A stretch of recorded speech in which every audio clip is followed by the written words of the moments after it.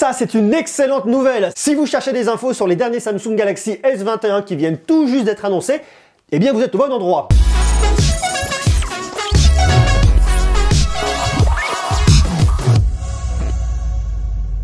J'ai eu la chance de les voir il y a quelques jours sous embargo, de les prendre en main, de les découvrir, de les tester, d'avoir toutes les infos, d'être bien briefé par les équipes de Samsung. Merci à Samsung. Je vais donc vous dévoiler aujourd'hui ces 3 modèles. Vous saurez tout de tout et ça, c'est génial. En plus de ça, bonus, et ça c'est une excellente nouvelle, je relance enfin le podcast Fréquence Greux. Vous avez tous les liens dans la description. Et justement, aujourd'hui, on a une interview de William George, qui est chef produit chez Samsung, qui vous dit tout sur ces nouveaux Samsung Galaxy S21. On est parti, on en parle de ces nouveaux smartphones directement dans le podcast, ça va? Bah écoute, ça va très bien et toi? Ouais, très bien. Je suis heureux de t'accueillir dans le podcast. Bah moi aussi, je suis ravi de parler de tech avec toi et de ces sorties produits. Ouais, donc allez retrouver le podcast, vous avez le lien dans la description, comme ça on saurez plus, on dira plus de choses, on va détailler plein de points et ça va être super cool. On va rentrer dans le détail, essayer de tout comprendre. Le podcast est vraiment complémentaire de cette vidéo. Ici, je vous parle des specs, je vous explique le produit, ce que vous allez pouvoir en faire, et dans le podcast, on rentre dans les détails et vous allez apprendre des choses qui sont super intéressantes et super surprenantes. Une fois de plus, vous avez le lien en bas dans la description. Je ne sais pas si vous êtes coutumier et si vous connaissez très bien les gammes Samsung. On va résumer tout ça. Vous avez déjà la gamme S, la gamme dont on parle aujourd'hui, qui est axée sur la photo et la vidéo. Vous avez ensuite la gamme Note, qui est présentée au mois de juillet et au mois d'août, qui est une gamme axée sur la productivité, avec le fameux S Pen, le stylet. Vous retrouvez ensuite la gamme A, qui est l'entrée et milieu de gamme. Et enfin, la gamme Z, qui est basée sur l'innovation, notamment sur le Samsung Galaxy Z Fold 2, qui est le pliable. Vous avez le Z Flip, et puis tous les modèles qui vont arriver en 2021 et dans les années à venir. Voilà ces 4 grandes gammes qui vous permettent de resituer les modèles. On va donc se concentrer aujourd'hui sur les nouveaux Samsung Galaxy S21, que sont le S21, S21 Plus et le S21 Ultra. On a vu arriver l'année dernière, en 2020, pour la première fois, un modèle Ultra. Samsung continue, signe et persiste avec un Samsung Galaxy S21 Ultra. Alors vous allez voir, il y a vraiment en fait 2 grands produits à comprendre là-dessus. S21, S21 Plus vont plutôt fonctionner ensemble avec quelques petites différences, notamment au niveau de la taille de l'écran, notamment au niveau du dos, mais globalement, c'est plus ou moins le même produit avec une évolution. Le Samsung Galaxy S21 Ultra est vraiment à part, on est dans l'excellence, on est dans ce que Samsung sait faire mieux aujourd'hui, à un instant T, début 2021. Et d'ailleurs, c'est super intéressant de voir qu'ils font cette keynote beaucoup plus tôt. L'année dernière, j'étais parti avec eux à San Francisco, on était au mois de février, plutôt dans la deuxième partie de février pour aller découvrir les Samsung Galaxy S20. Cette année, je pense que la crise de Covid a chamboulé pas mal d'agendas. On arrive donc tout début d'année, pendant le CES, pour vous présenter leur nouveau flagship. Le premier point qui va être le plus intéressant, ça va être la partie design. Je ne sais pas si vous avez vu des fuites sur Internet qui vous montraient un tout nouveau design.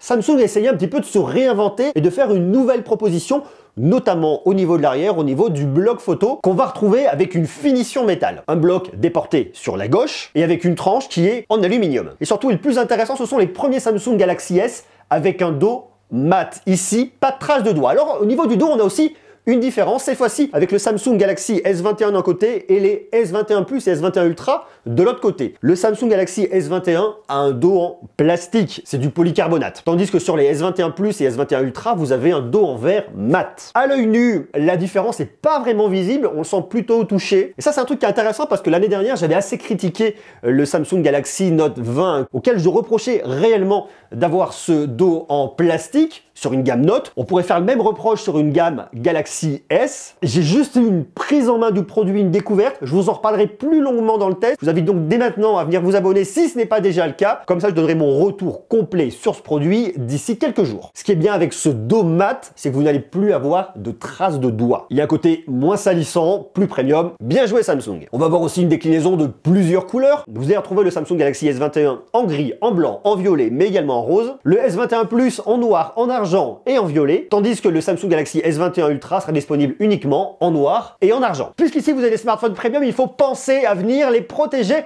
Et justement, pour ce faire, j'ai les protections de mon partenaire Rhino Shield. Ici, j'ai 2 coques sur les Solid Suite pour les Samsung Galaxy S21, vous avez une grande gamme chez Rhino Shield pour les Samsung Galaxy S21, S21 Plus, S21 Ultra et pour beaucoup de smartphones. Vous avez bien évidemment des solitudes qui sont des coques qui vont venir complètement protéger votre smartphone.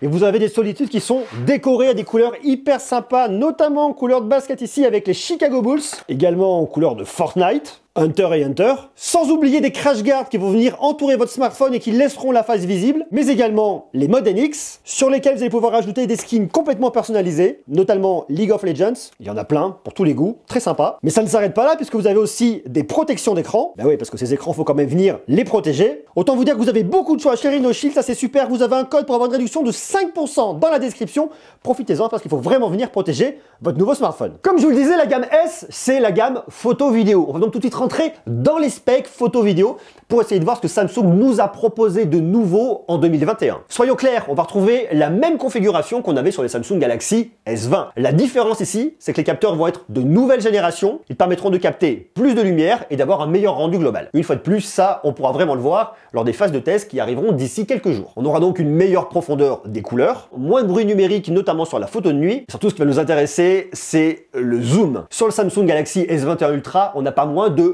deux téléobjectifs. Deux téléobjectifs pour aller chercher très loin. Souvenez-vous, l'année dernière, sur le Samsung Galaxy S20 Ultra, on avait déjà ce zoom périscopique, ce qu'ils appellent le Space Zoom, jusqu'à x100. C'était assez dingue. Et c'est vrai, quand on arrivait au x100, on avait un truc un petit peu what the fuck, mais en termes de qualité, c'était pas non plus absolument incroyable. Sur l'Ultra, et uniquement sur l'Ultra, vous avez ces deux téléobjectifs. Sur le premier, vous allez avoir un zoom optique x3, et sur le deuxième, vous allez avoir un zoom optique x10. Il faut vraiment l'imaginer travaillant comme une continuité. Vous allez pouvoir zoomer x2 sur le grand angle. Ensuite, vous avez le zoom optique qui va prendre le relais à partir de x3 et jusqu'à x10. Et à partir de x10 et jusqu'à x100 sur Space Zoom, eh bien, ce sera le deuxième téléobjectif qui va prendre le relais sur les différents paliers, que ce soit du x30, du x20 et compagnie. La nouveauté, c'est que comme vous avez de nouveaux capteurs, vous allez avoir une meilleure définition, meilleure captation de la lumière, la technologie Dual Pixel, qui va servir notamment pour l'autofocus. Et sur le modèle Ultra, vous avez notamment un laser qui servira pour l'autofocus en conditions de faible luminosité. Sur ce Space Zoom, vous avez également de l'intelligence artificielle qui vous offrira une meilleure netteté. Vous avez également une nouveauté, ça s'appelle le Zoom Lock. Lorsque vous venez zoomer loin dans l'image, vous avez un petit aperçu qui s'ouvre pour savoir toujours où est-ce que vous en êtes. Ça, c'est très pratique, très malin et on l'avait déjà l'année dernière. Vous appuyez dessus, ça va figer l'image et vous allez pouvoir prendre une photo. Les photos de nuit sont également améliorées, mais ça on le verra d'ici quelques jours. Tandis que sur les Galaxy S21 et S21 Plus,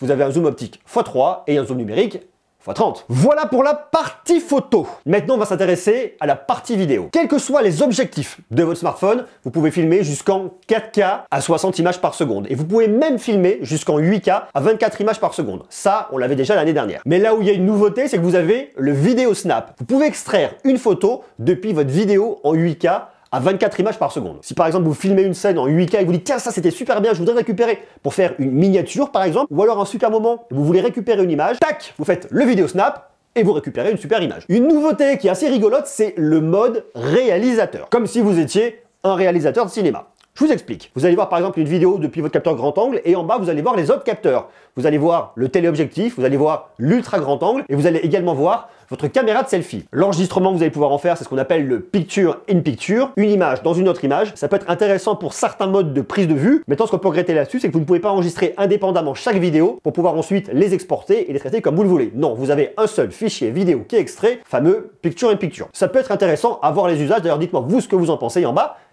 en commentaire. Le mode Action Cam passe de 30 images par seconde à 60 images par seconde pour des ralentis beaucoup plus fluides. Et le mode Single Take évolue avec le mode Single Take 2.0 qui vous permettra de faire beaucoup plus de choses parce que vous avez derrière un processeur qui est plus puissant, donc plus de capacité de calcul. Souvenez-vous, l'année dernière, le mode Single Take, vous faisiez une petite vidéo de quelques secondes. Ça vous permettait d'extraire notamment des photos, des vidéos, des ralentis, différentes couleurs, du noir et blanc. Tout ça avec une seule prise de vue. C'était assez bluffant. J'ai hâte de pouvoir tester le Single Take 2.0 pour vraiment pouvoir vous donner mon retour. Puisque ce mode Single Take se fait parce que derrière, vous avez un processeur qui est plus performant, eh bien, on a un tout nouveau processeur qui vient d'être présenté par Samsung. C'est l'Exynos 2100, c'est un processeur qui est gravé en 5 nanomètres. Une fois de plus, je ne le connais pas encore, donc on en parlera dans quelques jours, le temps de faire le test. Autre point fort de Samsung, ce sont les écrans, ce sont les dalles. Ce sont toujours des dalles qui sont hyper bien calibrées, hyper bien maîtrisées. Samsung aujourd'hui, vous le connaissez notamment au travers des produits qu'ils fabriquent, mais Samsung est également fabricant d'écrans pour plein d'autres marques que vous pouvez retrouver sur le marché. Autant vous dire que quand il s'agit d'avoir des écrans pour leur propre smartphone, ils ont des écrans de superbe qualité, avec notamment là une nouvelle dalle, c'est la Dynamic AMOLED 2X. C'est une nouvelle version de la Dynamic AMOLED. On va donc ici retrouver 3 tailles d'écran, 6,2 pouces pour le Samsung Galaxy S21, 6,7 pouces pour le Samsung Galaxy S21 Plus, c'est très grand, et 6,8 pouces pour le Samsung Galaxy S21 Ultra. Ultra, forcément, le plus gros, la plus grosse dalle, vous vous en douterez. Tous les trois sont équipés de la même technologie de dalle, avec du 120 Hz adaptatif. Alors, qu'est-ce que le 120 Hz adaptatif? Eh bien, votre écran aura un taux de rafraîchissement maximal de 120 Hz lorsque des applications nécessiteront du 120 Hz. Si par exemple, vous êtes en train de regarder, je sais pas moi, une photo, ou que vous naviguez sur votre smartphone, vous n'avez pas forcément besoin de 120 Hz, eh bien, à ce moment-là, il passera soit en 90 Hz, soit en 60 Hz. Et je crois que vous passez de 48 Hz jusqu'à 120 Hz sur le Samsung Galaxy S21 et S21 Plus, et de 11 Hz jusqu'à 120 Hz sur le Samsung Galaxy S21 Ultra. Justement, on en parle dans le podcast, on vous explique tout. Une fois de plus, le lien est dans la description. Sur le S21 et le S21 Plus, vous avez une résolution en Full HD+, tandis que sur le S21 Ultra, vous avez une résolution en WQHD. Vous pouvez en plus avoir en 120 Hz. Des dalles qui sont certifiées lutter contre la lumière bleue. Et il y a un autre point qui est extrêmement intéressant, c'est que le Samsung Galaxy S21 Ultra est compatible avec le S Pen. Le S Pen, c'est le stylet de Samsung. Si par exemple vous avez une tablette de Samsung comme une Tab S6 par exemple, vous avez votre stylet, vous allez pouvoir l'utiliser sur le modèle Ultra et sur l'Ultra uniquement. Ça vous permettra d'aller plus loin sur de la productivité pour venir dessiner, pour faire tout ce que vous voulez. La question à se poser, c'est est-ce que le fait d'avoir un stylet sur le modèle Ultra ne va pas venir un peu éclipser la gamme Galaxy Note? Ça, on y répond une fois de plus dans le podcast. Vous avez mis le lien dans la description. La grosse différence que vous allez retrouver notamment ici, c'est que votre stylet, vous n'allez pas pouvoir le recharger. Donc toutes les fonctions Bluetooth que vous avez, notamment les air gestures, ici vous ne les aurez pas. Vous les aurez sur la gamme Note et pas sur la gamme S, en tout cas en 2021. Autre nouveauté, le capteur d'empreinte digitale est 70% plus large. À la différence de l'année dernière, on avait des smartphones 4G et 5G, ici tous les smartphones sont 5G. Et une nouveauté qui est assez intéressante chez Samsung, cette année, ils ont fait disparaître le port de carte micro SD. Vous n'avez donc pas la possibilité d'étendre le stockage de votre smartphone. Vous avez donc plusieurs configurations en termes de stockage, mais ça je vous en parle dans quelques instants, parce que je vous donne les configurations et les tarifs. Autre nouveauté intéressante, cette fois-ci dans la boîte, vous n'avez plus de bloc de charge. L'année dernière, Apple a commencé avec ses iPhone 12, plus de bloc de charge intégré. Samsung fait la même chose. C'est pour une démarche éco-responsable, c'est très bien pour la planète, ça peut faire râler les consommateurs qui n'ont pas de bloc de charge et qui vont devoir l'acheter en plus, tout en sachant qu'ici vous avez une recharge maximale de 25 watts. On peut se dire que par rapport à certains concurrents qui ont des blocs de charge de 65 watts, voire même plus, on peut se dire que c'est un peu lent, mais en réalité une charge trop rapide va venir limiter la durée de vie de votre batterie dans le temps. Mieux vaut privilégier des charges un peu plus lentes. 25 watts c'est quand même malgré tout rapide. Donc ici, ça me va parfaitement. Par contre, dans votre boîte, rassurez-vous, vous avez quand même un câble USB-C, USB-C. Donc si vous avez un ordinateur en USB-C, vous pouvez le recharger dessus. Ça sera pratique. Et vous retrouvez également de la charge sans fil. Vos smartphones tournent sur la nouvelle version de One UI, c'est One UI 3.1, avec quelques nouvelles fonctionnalités, mais ça on en parlera également un peu plus tard. Et en termes de configuration de stockage, sur les Samsung Galaxy S21 et S21 Plus, vous avez le choix entre 128 ou 256 Go de stockage, tandis que sur le modèle Ultra, vous avez soit 128, soit 256, soit 512. 512, c'est un monstre. Quand même, il faut le dire. Ces smartphones coûtent quand même, j'ai les tarifs ici, hein, je vous dis tout. Le S21 en version 128 Go de stockage commence à 859 € et en version 256 Go de stockage, 909 €. Le Samsung Galaxy S21 Plus coûte 1059 € en 128 Go de stockage et en 256, 1109 €, tandis que le Samsung Galaxy S21 Ultra en 128 Go de stockage coûte 1259 €, 256, 1309 € et 512, 1409 €. On va donc partir de 859 € jusqu'à 1409 €. Je sais pas si vous avez remarqué, mais ce qui est très intéressant, et c'est très rare, du coup je le précise, les tarifs baissent. Les tarifs augmentent toujours, de partout. Là, pour le coup, les tarifs baissent. Si vous prenez un Samsung Galaxy S21 en 128 Go de stockage, le tarif va être plus bas que le Samsung Galaxy S20 de l'année dernière dans la même configuration. Et là où d'autres constructeurs vont garder les mêmes tarifs en retirant des blocs de charge, ici, on va avoir un smartphone nouvelle génération, moins cher. C'est un parti pris que je trouve vraiment intéressant et très malin de la part de Samsung. Donc ça,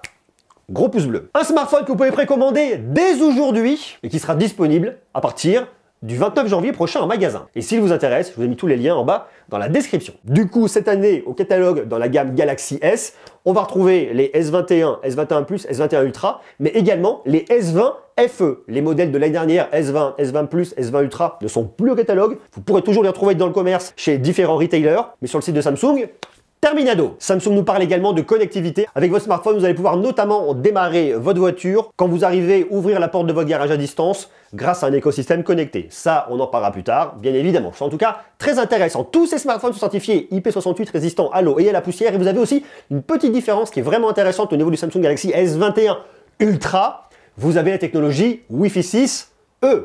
Les autres sont en Wi-Fi 6, celui-là profite d'une technologie un peu plus avancée. Une fois de plus, on va beaucoup plus loin dans les explications dans le podcast. Je vous invite donc à venir le découvrir en cliquant sur le lien en bas dans la description. À vous de me dire maintenant, vous, ce que vous en pensez, comment vous les trouvez, ces nouveaux Samsung Galaxy S21.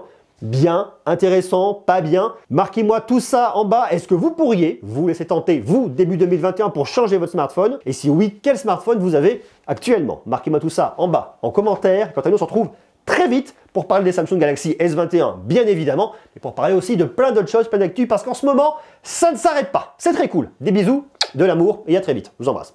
Ciao, prenez soin de vous.